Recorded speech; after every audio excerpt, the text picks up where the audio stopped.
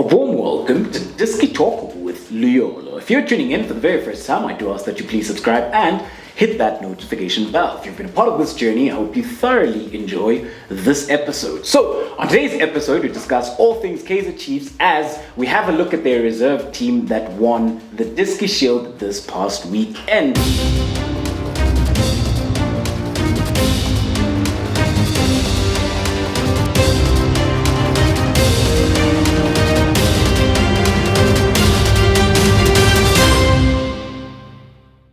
So on today's episode then, we're going to have a look at the reserve team of Kaizer Chiefs in its entirety and how is it that they play and how is it that they went on to win the Diski Shield.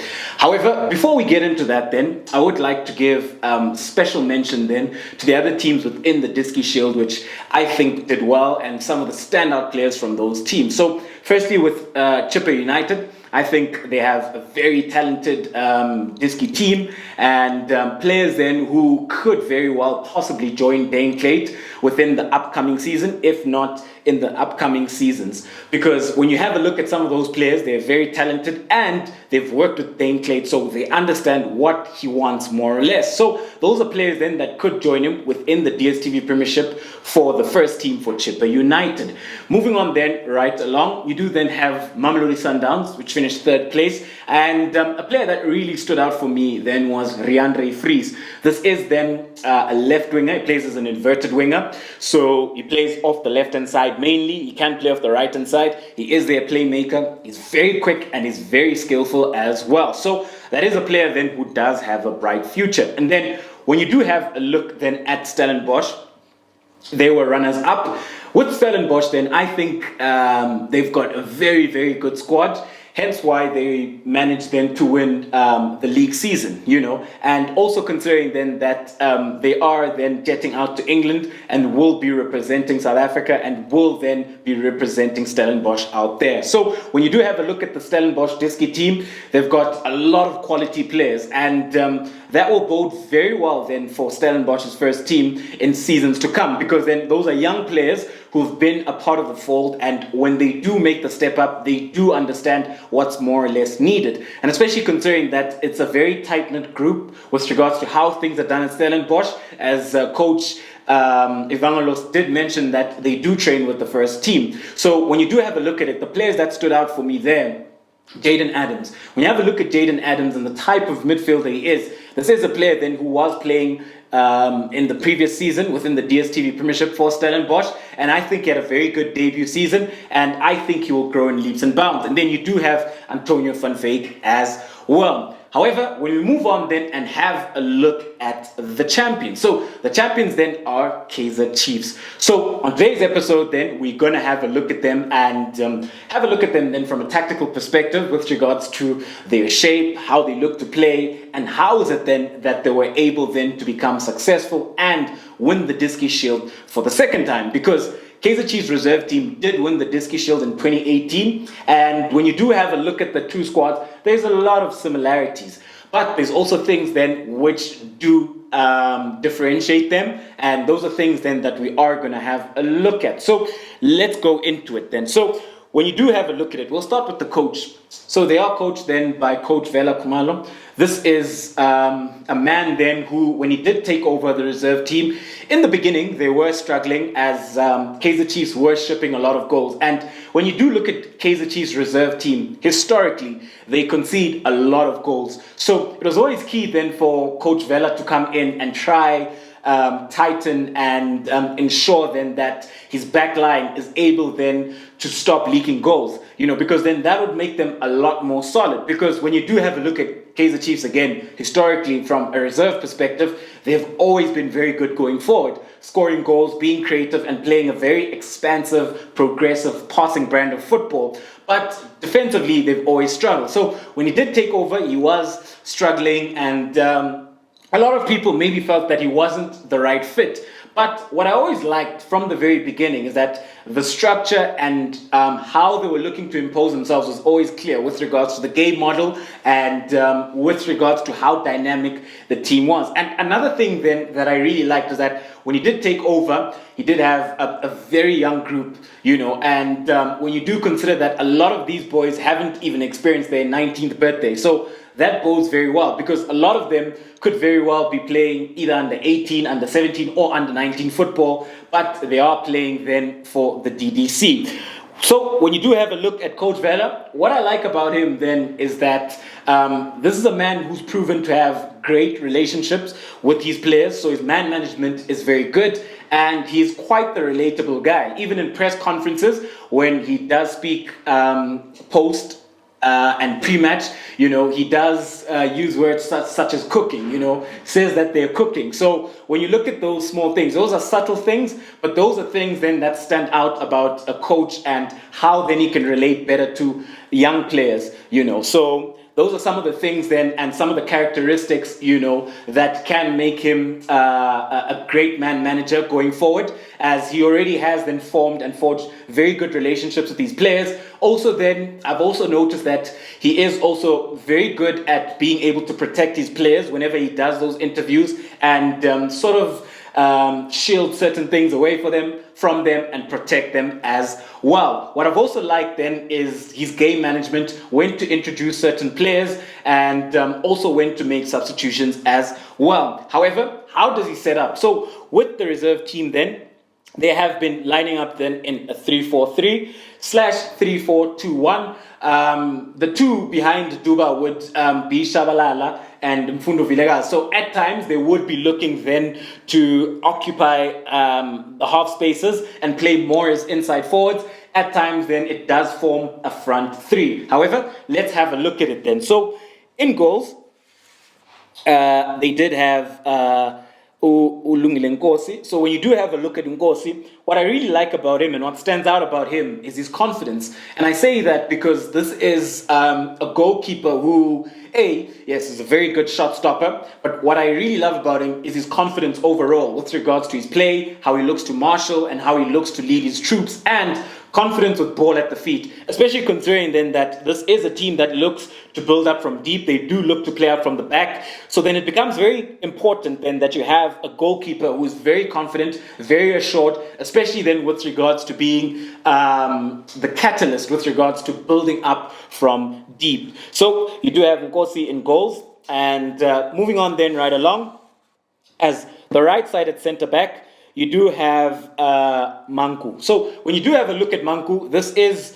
a defender then who has great game intelligence, and he gets on about his business very quietly, and he keeps it very, very simple. That's what I like about him. Moving on then, right along, in the middle, you do have Ukumede then, who would play as the sweeper, so he does then offer that extra layer of defense. With Ukumede, he's very strong and he reads the game very, very well. And then when you do have a look at the left-sided centre-back, you do then have AIDEN McCarthy. So when you look at AIDEN McCarthy, he is one of the key players within this team, especially then when you consider his role. So as a left-sided centre-back who is left-footed, it is a rare commodity, So it becomes very important with regards to how then he looks to progress the ball, especially considering then that they do look to build up from deep. So when he does get the ball, the nice thing then about him is that he does offer you then that natural width on the left-hand side within those deep pockets of space, and also then with regards to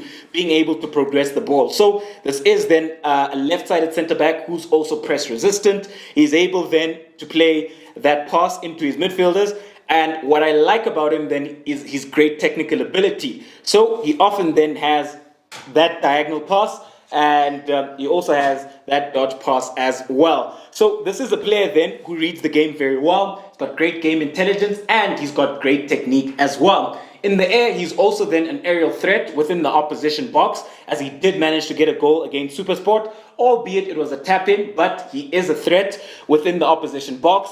And he's also then very commanding then in the air. Moving on then right along, when we do have a look at their wing back. So as the left wing back, you do have Omega Mdaga. So when you do have a look at Mdaga, this is a player then who has great engine, and he also has great technical ability. So what he then offers this Kaizer Chiefs side is the width on the left-hand side with regards to then how he looks to maintain the width, how he looks to bomb forward, and whenever then he does get into these pockets of space, into this pocket of space, he is able then to deliver a quality ball, and also well enabled then with regards to having to drop, because then when you do look at this Kaizer Chiefs side, as much as they do play a 3-4-3 or 3-4-2-1 in possession of the ball, out of possession it does become a 5-4-1. So it becomes very key that he is switched on and that them two have a very good understanding, especially considering then when you do play with the back three, this is where the weakness would be. So when you have a look then at a back three, these areas, you know, these are the sort of the danger areas, especially considering the gap that can be created and how then you can have wingers who can look to exploit that, you know. And a lot of the times when you do play a back three, you know, these two wide centre backs don't like being dragged into those wide channels where they have to defend 1v1. So very key then that they have a very, very good relationship. And then when you do move right along on the right-hand side, they do have Janssen. So when you have a look at Janssen, much like Mdaga, is very key then with regards to offering the width for this Kaizer Chiefs side on the right-hand side, and has great energy. And what I like about him is that he's got traits and qualities of a player who can become a complete wing-back, you know, which is quite a rare commodity within South African football because we don't have a lot of wing-backs. So he is well enabled then to give you that presence within the final third. He is well enabled then to also defend deep. So what would happen then is that a lot of the times then they would go to a back five and they'd have to be compact without the ball. But when you do have a look at the shape in possession, that is what they would look like. Moving on then right along within the heart of midfield, you do then have SAMKELO ZWANE. So when you have a look at ZWANE, this is also another key player for this Kaizer Chiefs side by virtue of the fact that he plays as the defensive midfielder. But he also then has qualities of a deep-laying playmaker. So when you look at then his technical attributes and his game intelligence as well. So the nice thing then about SAMKELO ZWANE is that he's got a phenomenal range of pass, especially considering then that he does sit deep. So whenever Kaizer Chiefs do look to play, he is key then in ensuring that he's able then to progress the ball and facilitate those build-ups, and being able then to work the ball then you find taking it from build-up phase, being able to work it into midfield where he's looking for his more creative players. When he does find himself in consolidation phase within the heart of midfield, he is able to play those diagonal balls. What I then like about him is that he takes it a step further, because you don't have a lot of midfielders who are able to play that pass. So that is the dodge pass, a vertical pass over the defensive line. He's got that in his armor, and that's what he did against SuperSport, where he found Janssen, played a beautiful pass in behind. So he's got that. He knows how to break down play. He reads the game very well, and he's a very, very strong boy, very physical as well. This is a player then that I think that in the very near future, he will play for the first team. Moving on then right along, you do then have Ramashu, who plays within the heart of midfield alongside him. With Ramashu, he is the one then who does tend to advance a lot more, and then ZWANE would often keep the shape and hold his position, because then he does offer Kaizer Chiefs that defensive cover within the heart of midfield, and he also then does offer them that tactical awareness. So Ramashu then is the one then who does tend to venture forward a lot more, and he also then becomes key in build-up, because sometimes what he will do is that when Omega does look to push up, he will look to sort of come there, and he is left-footed as well, and a very, very dynamic midfielder. Moving on then right along as the 2 10s, because they do play with double 10s. So you do have Mfundo Vilakazi, and then you do have Mdu Shabalala. So what's key to note here is that the pair of them, they do interchange quite a lot. So you don't have the one sticking to his natural side, as Mfundo is left-footed and Mdu is right-footed. You don't have them sticking to their natural sides with regards to spatial occupation. So they can swap. and they can also drift wide at times. That's what makes this pair so dynamic and so good for Kaizer Chiefs. With Mfundo Vilakazi, you do then have the skill, you've got the creativity, and you've got the technical ability, because then he's got a beautiful left foot. And we did see then that in the final, he did score that goal where he popped up into that half space, he controls with his right foot, brings it onto his left, and then he curls it top corner. So with Mfundo, that's what he does offer you. And then you've got Mdu Shabalala. So with Mdu Shabalala, he offers you then game intelligence. He offers you then qualitative and positional superiority with regards to then how he looks to position himself in between the lines and how then he looks to take the ball. And one thing I've noticed about him then is how intelligent he is and how then he looks to offer this Kaizer Chiefs side that half space occupation. So in the semi-final against Sundowns, what he did very well is that he picks up the ball very deep within the half space. He then drives at the ball and he beats a couple of men, and he's able then to even get into the penalty, into the box. They then foul him, and then he wins the penalty for this Kaizer Chiefs side. So you do have them playing as double tens, very creative. And then up front, you do have Wandile Duba. So when you do have a look at Wandile Duba, this is a very special talent. And what I like about him then is his movement. His movement, his technique, and his game intelligence. I think those are the three things that make him very, very good, as a forward, because he is so difficult to pick up. And he's not like your orthodox striker who would be always looking then to occupy the two centre-backs or pin a centre-back. He generally starts in very unorthodox pockets of space, so he can drop into that pocket of space. Sometimes you'd even find him sort of starting off the left-hand side. And the beauty and the synergy of this front three is that they are constantly rotating. They constantly rotate, and they're so difficult to pick up because either one of them can drift wide, either one of them can come into the half space, they can come occupy the zone 14, they can break into the box. All three of them have a goal in them. All three of them are creative. But with Duba, he is the one then who tends to occupy the central role a lot more. And he is then quite the phenomenal talent. And we saw the types of goals that he did score. I think he scored very beautiful goals, And this is a player then who I think has a place then within the first team in the near future within the Kaizer Chiefs first team. And one thing then that he did very well in the final. So the ball is played. As that ball is played into him, what he does very well is able then to take a first touch with his head.